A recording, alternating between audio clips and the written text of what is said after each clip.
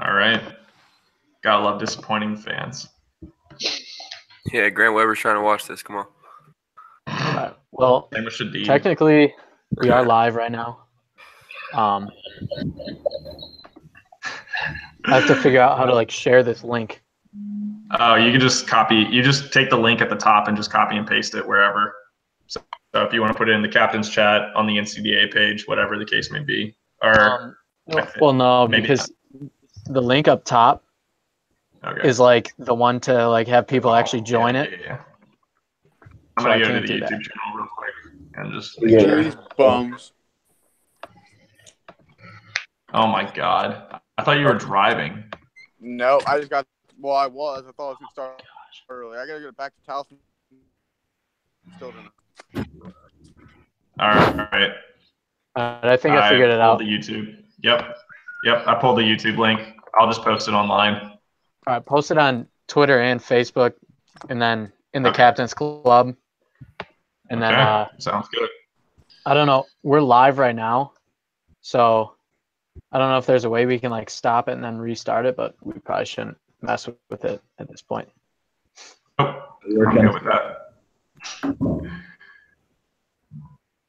All right. Fun stuff. All right, Hunter, whenever you share all of that, just go ahead and start us off. All right, sounds good. We'll end up going back through and we'll just cut the YouTube video where it cuts out this part. All right, that works for me. Just about to share this bad while you guys do that. What? So I'm gonna watch Ninja go to work while you all do that.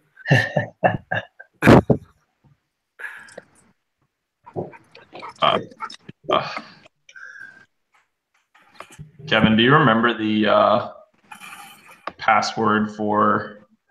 Never mind. I shouldn't say that. I shouldn't ask out loud. Twitter's not being helpful. But hey, Riley, I added you, by the way. Yeah, I accepted. Lit. All right, Hunter, I'll just message it to you. Okay, that works.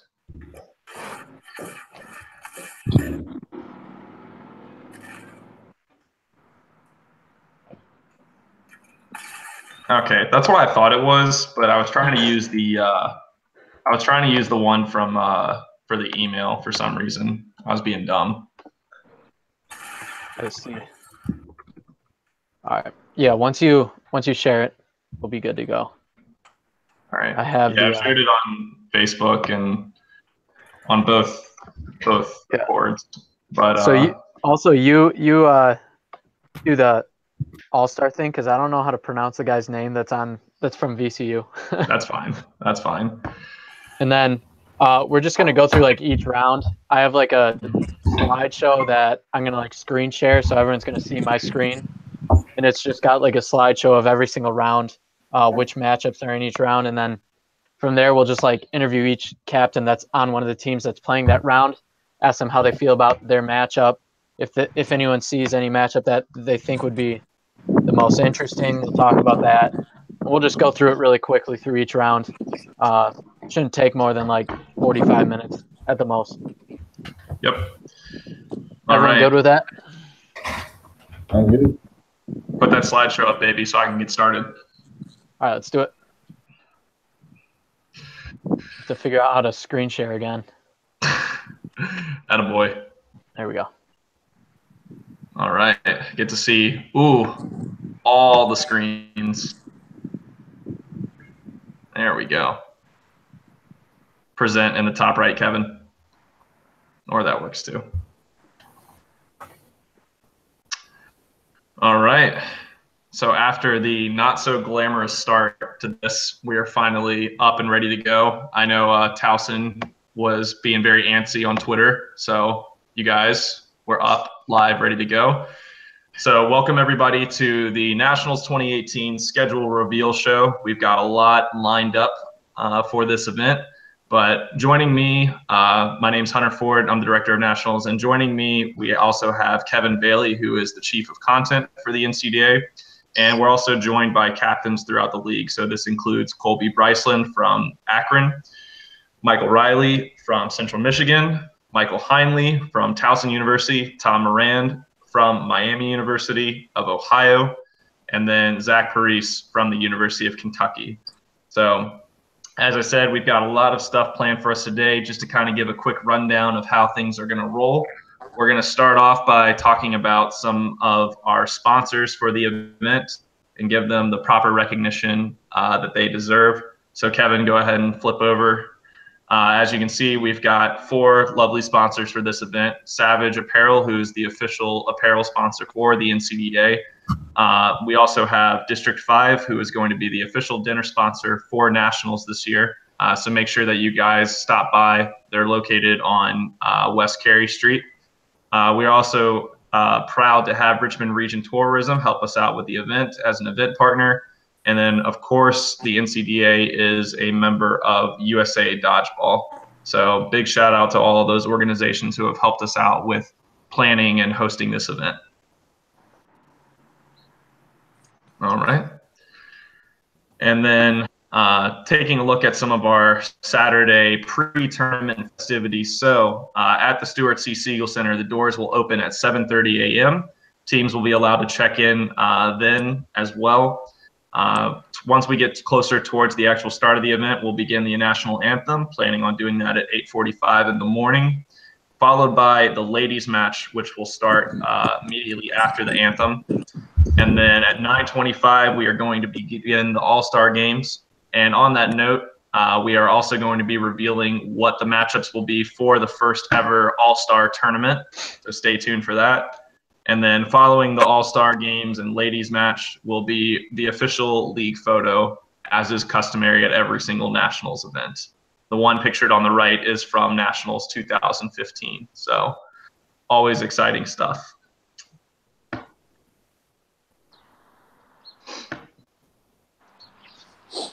And then as you can see here from the high quality images, we're looking at the E.J. Wade Arena at the Stuart C. Siegel Center, which is the official home of VCU athletics, and specifically the men's and women's basketball team, along with women's volleyball. So as you can see, you get a nice view of the outside, what the arena looks like, and then on the inside. Some of the features for the arena itself, the arena will be divided up into 6 courts. So all of the stands and stuff that are customary will actually be pushed forward, but there will still be plenty of spectator space, both on the concourse level, along with at courtside, for those who are willing and able to make the trip out to come watch. So we're definitely excited about that. And we'll also have curtain dividers to help protect balls from going on to other courts. And it'll be a good viewing experience, like I said, for everybody involved. So definitely something that we've been excited about. We're looking forward to it, and we know everybody else is excited. All right.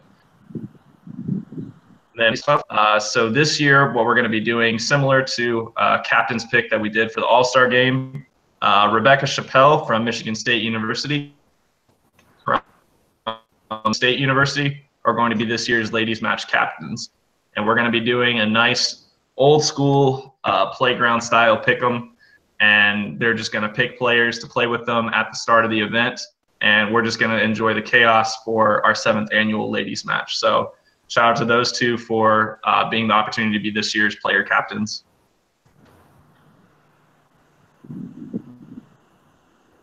All right. So All-Star matchup number 1. As I mentioned beforehand, this is going to be the first ever All-Star tournament style for the NCDA. So player captain for the red team, Tora Oda from Virginia Commonwealth University, is going to be facing off against the blue team represented by Colby Bryceland of Akron. And that'll be the first matchup, which we're planning on starting approximately at 9:25 a.m., which leaves us with the second matchup, which is going to be the black and the white team, which the black team is going to be represented by Alex Dunauskas from Grand Valley State University, and then the white team, which is going to be represented by Grant Weber of Central Michigan University, and planning on getting that one started around 9:40. The winner of each of those matches is going to face off in the All-Star Championship event to see who is actually the best All-Star team out there. And I'm already telling you guys right now, it's the red team represented by VCU's Tora Oda. I'm sure a lot of the members here will disagree. Actually, fun fact, give a nice shout out. All of the members who are here in this chat with us are going to be participating in the All-Star event. So congrats to you guys for that. All right. Getting into the standings for the event itself. So we have 24 teams coming to this event, representing all parts of the country, ranging from Michigan to Louisiana, Virginia, and everything in between. So this is a current list of our standings. For those who are unfamiliar with the NCDA's ranking style format, you'll see a number rank associated with each team, but then you'll also see a numeric value on the right side of every single team. What that represents is what we call the Gonzalez rankings. Basic way to think about it is a power ranking system which awards and exchanges points based on the quality of wins, losses, and such that you have throughout the course of the season. So starting at number 1, Central Michigan leading the way with a total of 56 points. Oh, a little quick to the trigger there. And then ranging all the way down to Insula right now, which sits at 32.9. So that's a look at our current standings. And with that being said, we'll just hop right into the matchups.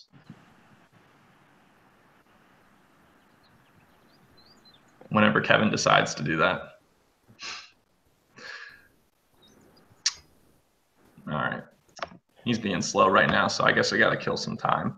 But anyways, there we go. All right. So here are our first 6 matchups of the event. We have the University of Wisconsin-Platteville versus Virginia Commonwealth University, Saginaw Valley State University versus Kent State University, University of Central Florida versus Northwestern State University of Louisiana, Georgia Southern University versus Cleveland State University, University of Kentucky versus DePaul, and then we have the University of North Georgia versus the University of Virginia. So, Zach, I'm going to start with you. What are your thoughts on the first queue of matchups? On which one? On the first queue, so just all of the matchups in general. Any initial thoughts? I think SVSU versus Kent will be good just because Kent's been playing real well all year, and Saginaw's part of that Michigan powerhouse. That'll be fun to see. UCF and Sewell will be cool just because it's newer teams in the league, so it's not like powerhouse versus it's new and all that. Of course, I'm looking forward to our match against DePaul. It's always fun playing them. Curious to see what they're all about. That's all I got. Absolutely. Yeah, and some other interesting matchups there with University of North Georgia versus University of Virginia. Those two were actually a mutual request with each other.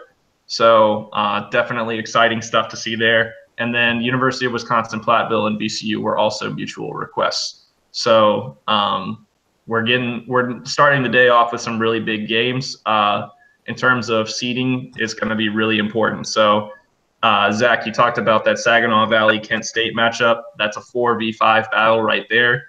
And the winner of that game is sure to get a lot of points, which is going to help solidify their ranking going into Sunday. So really big game there. And now we get to look at Michael's bad haircut.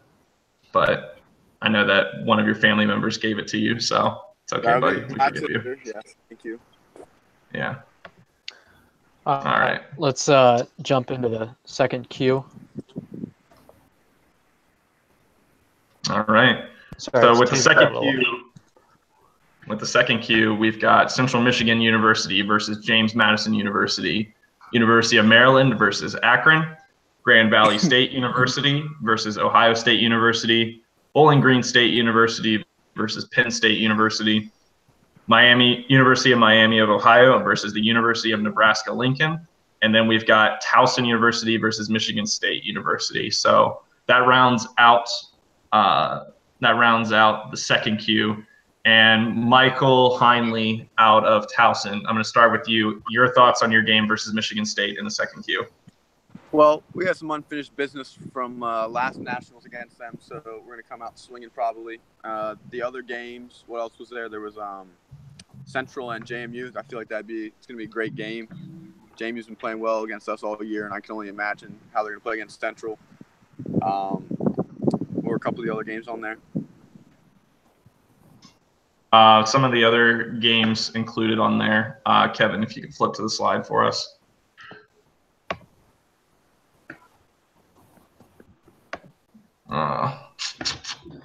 not bad. Exciting stuff. All right. I'll be able to pull it up on my end as well. So some of the other games, we've got University of Maryland versus Akron, Grand Valley State versus Ohio, Bowling Green State and Penn State, and then Miami versus Nebraska. The two games I would want to touch on would be Bowling Green. That game, I feel like Penn State can hold their own. They've been playing a lot better than they were beginning of the year. And then Maryland surprised me the other weekend. They played really well. So that game against Akron will probably be a good one. For sure. Tom, any thoughts on your game versus the University of Nebraska?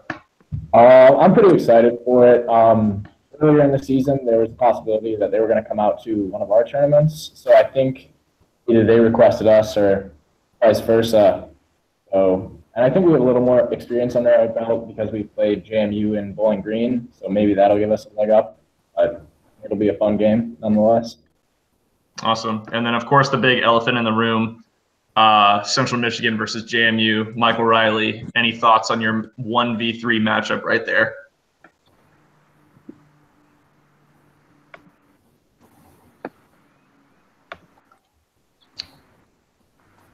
If he's even listening to me right now, I don't think he has his headphones in. So I'm just going to let him slide. All right. Kevin, if you can move to the third queue right now. He's definitely sitting there watching Ninja play Fortnite. Oh, probably. That's All right. exactly what he said when we started. All right. So in our third queue, we have the University of Kentucky Wildcats versus University of Miami, Ohio. We've got Saginaw Valley State versus VCU. Kent State versus Central Florida. Maryland versus Northwestern State University of Louisiana. Central Michigan versus Cleveland State. And then Georgia Southern versus the University of Virginia. And Zach, Tom, you guys feel free to hop in and discuss how you're feeling about that nice little matchup right there. Zach, you can go ahead first. I mean, we played, was it 2 weekends ago at this point, and it was I'd say a really good match. I definitely like the fact that it's not the first game of the day, and hopefully our kids will be awake for the first half. But I mean, it was a heck of a game. It was just two different worlds, so I'm excited to get maybe a little payback on that one. We're trying not to let you get back strong and stay strong in the second half, kind of like we fell apart in the second half there against you, but hopefully we're going to try to get another upset. I will say Miami definitely impressed me after the year I had in between playing them, so I'm looking forward to it. Hey, can y'all hear me now? Yeah. Hey, it's working. My bad. I was paying attention the whole time. I'm sure you were. I just couldn't get my mic to work. Yeah. Whatever. No, all jokes aside.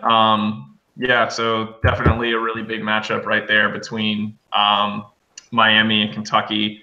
Additionally, what else we had? We had Saginaw Valley State versus the home team VCU. Should be an exciting one. And then I'm really intrigued for the Georgia Southern versus UVA game.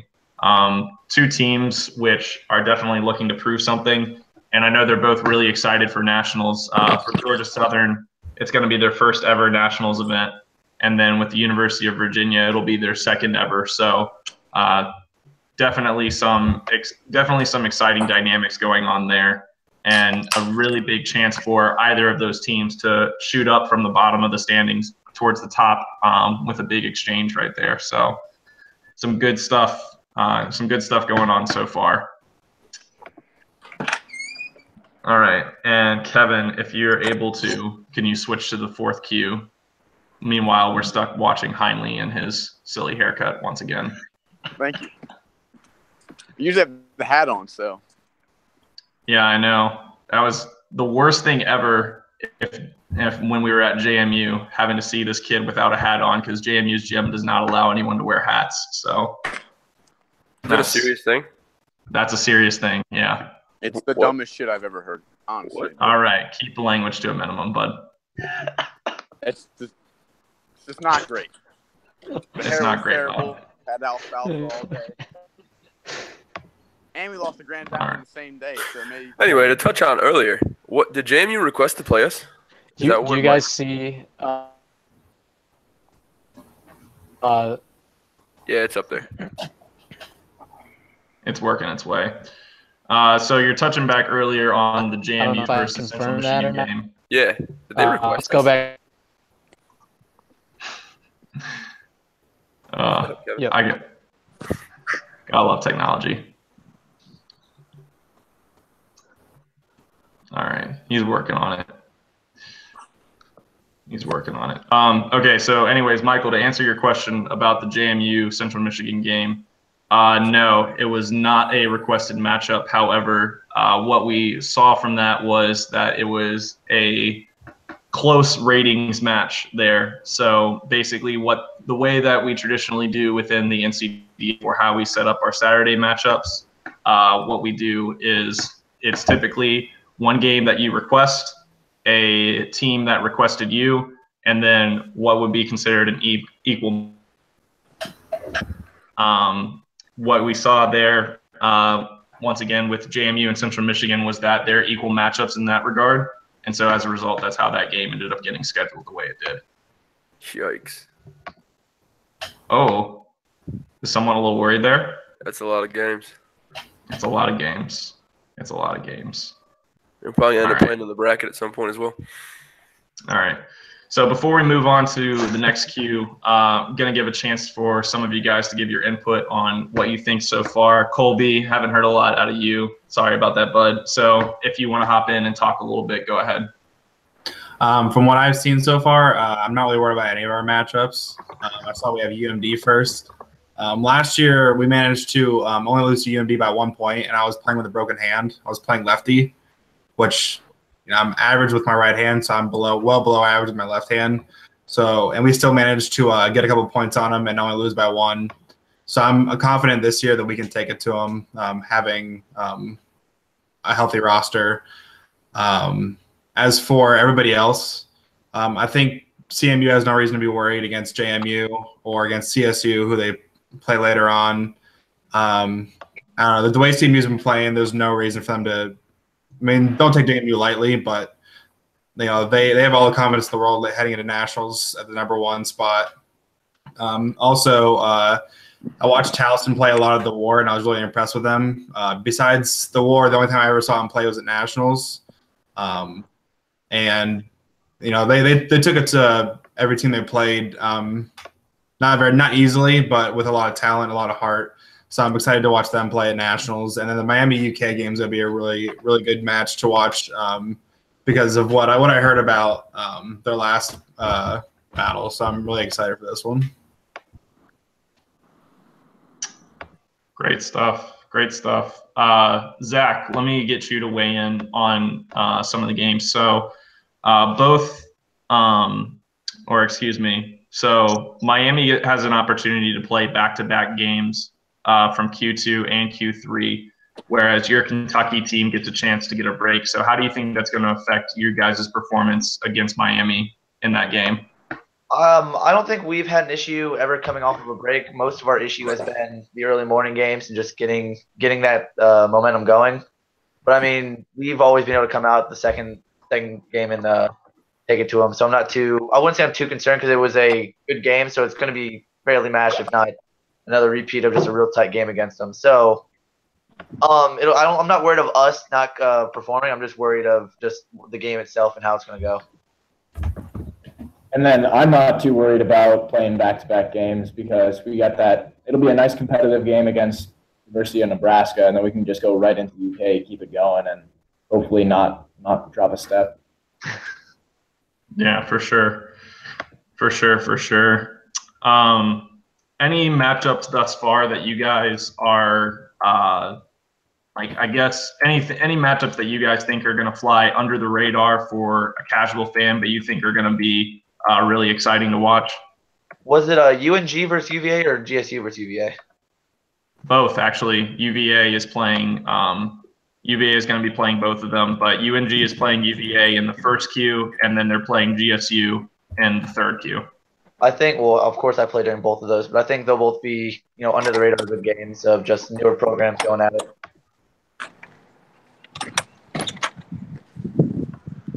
Gotcha. Any other guys' opinions on that? Yeah, why is Heinley drinking a beer right now? Not a beer. I'm out of beer. Yeah, I'm pretty sure he's just drinking a Pepsi.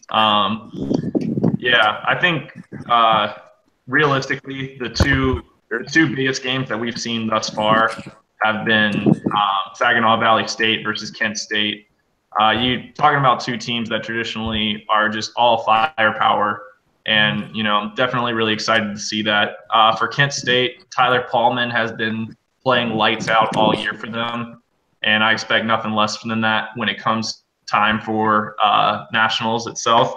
And then for Saginaw, we kind of touched on them earlier in the week that they're dealing with a little bit of injuries, but I think ultimately they're going to be able to pull through.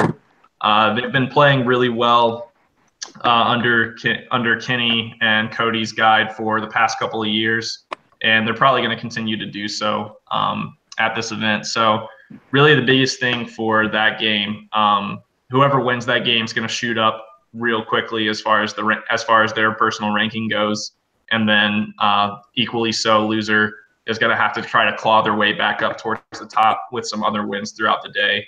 So, like I said, really big matchup there. And then with Central Michigan and JMU, that's a really big storyline game because you're talking about a 1 seed versus a 3 seed. Typically, you won't get a chance to see that until like a Final Four type of matchup or a championship. So getting a chance to see what could be potentially a preview of the national championship game is going to be really exciting within that queue.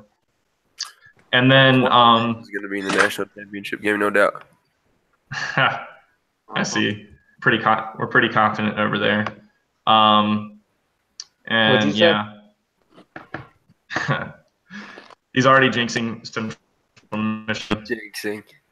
Stop. Mm-hmm.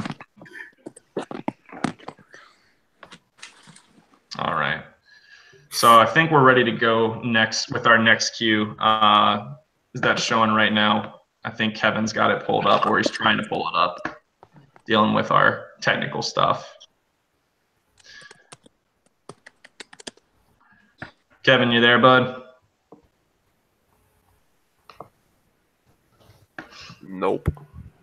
Clearly not. He's working on it. I like when he doesn't talk anyway. I know. Yeah, sorry. He's working on it. Like I said, this is his first time, so it's tough for him.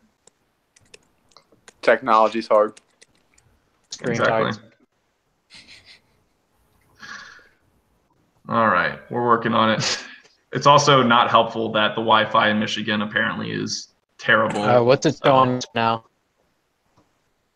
All right, well, I'm just seeing a blank screen from your end. I'm not sure about anybody else, but that's all I'm seeing. Like I said, is a blank screen right now. But nice. That's unfortunate. All right, well, we're gonna have to go back, do it the old-fashioned way, just verbal cues. So I'm gonna read off the fourth cue to lead off the second half of Saturday play. So within the fourth cue, make sure everybody's listening at home. We've got Grand Valley State versus Towson. We've got James Madison University versus Bowling Green State University. University of North Georgia versus Akron. University of Wisconsin-Platteville versus Ohio State. DePaul versus Central Florida. And Kent State versus Kentucky. So that is the fourth cue right there. And I'm going to start with Mr. Heinley. Mike, any chance you can give any thoughts on your game versus Grand Valley?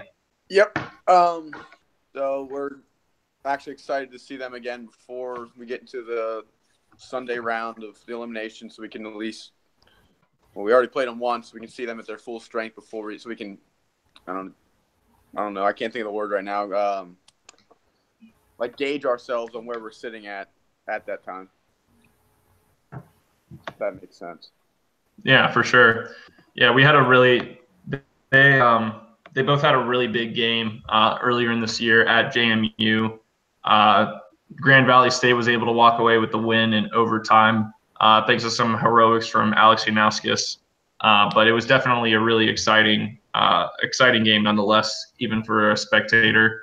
So definitely going to expect more of the same there. And Shout out to Jake Lesky. Shout out to Jacob Lesky with the quality write-up for Michael in regards to his performance that game. Zach, do you want to weigh in on your game versus Kent State? I'm excited. I actually requested him more for the fact that we didn't get to play him all year, and it's been a staple of a UK versus Kent rivalry over the past since I've been here last 4 years. So I'm excited to actually get to play them, see what they're all about this year, and it's always a fun matchup. For sure, for sure. And then the other big game in there, JMU versus Bowling Green. And that's gonna be another heavyweight fight. So Bowling Green's been kind of we haven't really seen much out of Bowling Green for this semester, but we do know what they've been capable of. They were similar to Towson. They were able to take one of the top teams in Central Michigan into overtime, and have certainly displayed some really good dodgeball throughout the course of the year. And then JMU has always been a traditional powerhouse team ever since they first entered the league. So 2 really big games there as well. All right. So with that being said, I'll move on to Q5. So Q5, we have Michigan State University versus Penn State University, Ohio State University versus the University of Nebraska-Lincoln, Grand Valley State University versus Akron, Cleveland State University versus Northwestern State, Saginaw Valley State versus UVA, and then Central Michigan versus Georgia Southern.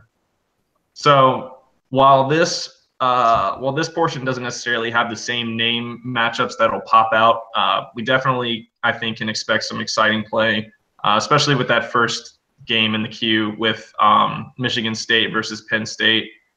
2 teams that are kind of right in that middle of the pack area as far as the standings go. And, it's like I said, it's an exchange system. So whoever wins will get a chance to see themselves shoot up in the rankings for Sunday. And whoever loses is going to end up falling.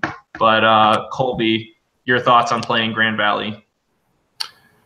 Well, I mean, we've played them every year for the past 3, so I wouldn't expect anything different from this season. I like playing Grand Valley. The outcome's normally a lot of the same. Maybe scoring a point, 2 points, and then them going up 4 or 5 on us. It's a really good experience for our guys to play a top-tier team like that. At the beginning of the season, we got to play them at Michigan State. We played CMU, Michigan State, and Grand Valley, and that's one of the best experiences young guys on a team can get, is playing those top-tier teams like that, to know how they play, watch what they do, and then be able to adapt to it. So I'm excited for it. We always have really fun games too. I know a lot of the guys on the team, and so it's a really good time. For sure. And then kind of one that I think is going to be one game that I think is going to be kind of intriguing to see is Cleveland State versus Northwestern State. They're both of them are kind of hovering right now towards the bottom as far as the rankings go, but we in this age of the NCDA, we've seen that the league is going a lot deeper as far as quality teams and teams that are going to be able to compete. And so I think we'll still be able to see a good matchup between those 2 teams, and an even matchup as well. So, I'm looking forward to that. All right. So I'm going to move on to the 6th and final Q of the event. So within the last portion of the tournament, we have Miami versus Penn State, VCU versus DePaul, Towson versus Wisconsin-Platteville, JMU versus North Georgia, Michigan State versus Nebraska, and Bowling Green State versus Maryland. So with that being said, I'm going to start off with Tom. Give me your thoughts on playing Penn State. I definitely think it's going to be a competitive matchup, and an interesting one at that. Miami's going to be coming off a break, but Penn State's just going to come back firing after Michigan State. So I've never played against Penn State, but I think there's a possibility. I know they play fast. Maybe they're tired out from a strong schedule with Michigan State, and who else did they play? I'm not sure, but I think they have a pretty strong schedule that be a good chance for a really competitive game. Be fun to watch. Maybe one of the exciting ones in that round.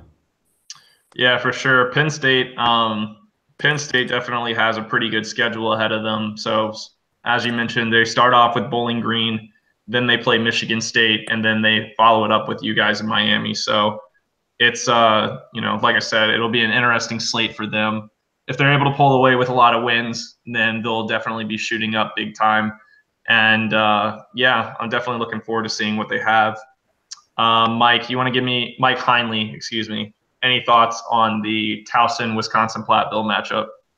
Yeah, we've honestly never played them before, so I'm excited to see some different playing style maybe, or just a different team. Could we see a lot of the same for the majority of our year? Yeah, so I'm excited, and they're ranked pretty decently, so it's hopefully be a good game. Yep. And then Mike Riley, you've had a chance to play against Michigan State for basically the entirety of your career, and have seen a lot of different Michigan State's teams. How do you feel about their chances against Nebraska? I feel like they'll take it to Nebraska, even though they're in a rebuilding process here. I think they're doing an incredibly exceptional job rebuilding the program. And I've been personally part of a team that's been rebuilding, and they're leagues above where we were when we were going through that process. So I think they'll take it to Nebraska, no problem. And I think they'll actually do pretty well throughout the general form of the entire tournament. But once they face the upper tier teams that aren't in the rebuilding process, they'll hit some problems. Absolutely. All right. So that concludes all of the matchups for the event. We're going to be posting them on the NCDA website and on our social media pages, which include Facebook, Twitter, and Instagram. So if you guys weren't able to catch up with us during the live stream, you'll certainly be able to see it at another point in time before the event. And then just kind of routing out this podcast, wanted to talk about some of the other stuff. So following the last games in Q6, we're going to be having our captain's meeting, slating for that to start around 5:45 p.m. And this year it's going to be held at the Grayson Broad Residence Hall, which is 2 blocks away from the Stuart C. Siegel Center. On the agenda, as always, we're going to be talking about some of the league expansion ideas in terms of recruiting and gaining new teams within the NCDA. We're always going to have, as always, we're going to have our rule proposal discussion. And then, of course, rounding out the agenda, the bracket play and seedings announced for Sunday. So always some good stuff that goes down during the captain's meeting. So that'll be interesting. And then as far as the Sunday schedule goes, it's basically going to end up being more of the same as far as the way that the Saturday schedule works. So doors are going to open at 8 o'clock this time. The anthem, we're going to push to 8:30. And then we're trying to start the first round games at around 8:45 in the morning. And then the championship will start around 4 o'clock p.m. with the trophy presentation following the championship. So definitely the most important event in college dodgeball, and we're all looking forward to it. So that's all that we have for everybody today. Before we leave, just going to kind of go down the line, get some closing thoughts from all of y'all. So starting with Colby. Colby, any thoughts that you have for the event? I think it's one of the more prepared nationals I think we've had in the past couple of years. I think that's a big testament to the work you've done. So good job on that. I think a lot of really, really good matchups, more than the years prior. I'm more excited for. Also, I'm pretty happy with the schedule we were able to get. Two pretty even matchups between UNG and UMD. Some retribution from last nationals when they beat us by 1 point, and then playing Grand Valley to end the day is gonna be a good way to start the next day with playing that experienced team, and to shoot us into the second day. I think a lot of teams are going to show up, and a lot of teams are going to surprise. CMU, obviously, they're probably going to go 3-0. It's not a bold statement. I think teams like Towson and Kent can make a name for themselves on day one, going into day two. Awesome. Good stuff. And then Michael Riley, any quick thoughts? Yeah, I think this is the toughest draw CMU's had for pre-national day in at least my time here at the school. But that being said, I'm not worried about it. I just think it'll put our arms to the test. We had a back-to-back tournament earlier to prepare for this exact situation of pre-nationals day into the nationals tournament, and so I think our arms are well prepared. And yeah, we're gonna have to put a little more into it than we originally thought, but it's what championships teams need to do. Yep. And Michael Heinley, your thoughts on Towson for the event? Well, first, I'm going to give you guys a shout out as well because you did well in putting this tournament together, and we all appreciate it. I know that for a fact. Other than that, we're looking forward to. We kind of did the same thing Central did, where we played at Akron back-to-back days, and we saw good competition both days. And thank you, Colby, for hosting that, by the way. Other than that, yeah, I think we're prepped and ready. We're going to have a nice little tough schedule, but we're excited for it. We're going to have a good time. Awesome. The Heinley guy's a class act. Yeah. We do our best. Tom, your thoughts? I'm definitely excited to come as a captain this year. It's only going to be my second nationals, as probably not many people are aware. But I definitely think this nationals will bring a nice set of competitive games, not just in the upper tier, but a lot of competitive games in the middle and also kind of toward the lower ranking of the Gonzalez system as well. Yep. And then rounding out Zach Parise from University of Kentucky, your final thoughts? I want to also say I'm just glad I'm not hosting the event this year, and I'm glad you're taking care of it. I'm excited to be there. It's my last nationals for my fourth year, so I'm excited to kind of put it all out there. We're in a kind of rebuild year, so it's just a whole get as much practice as we can, play as much competition as we can, and just put it all out there. Yeah. Yeah, and then as far as we go, I'm definitely excited to. It's been a long process putting this together, but I'm hoping that everybody's going to be able to enjoy themselves and get a chance to have fun in my hometown of Richmond, Virginia. So we've got some exciting stuff planned, as you guys are aware of. So very appreciative of the opportunity that the league has given us, and like I said, we're going to end the year off with a bang. So that's going to do it for us for this Nationals 2018 schedule reveal. Thank you guys for joining in with us, and we look forward to doing this more often in the future, guys. Best of luck at Nationals. Thank you. See y'all boys there. Thank you for hosting. Go play some Fortnite, Riley. You already know. Uh-huh.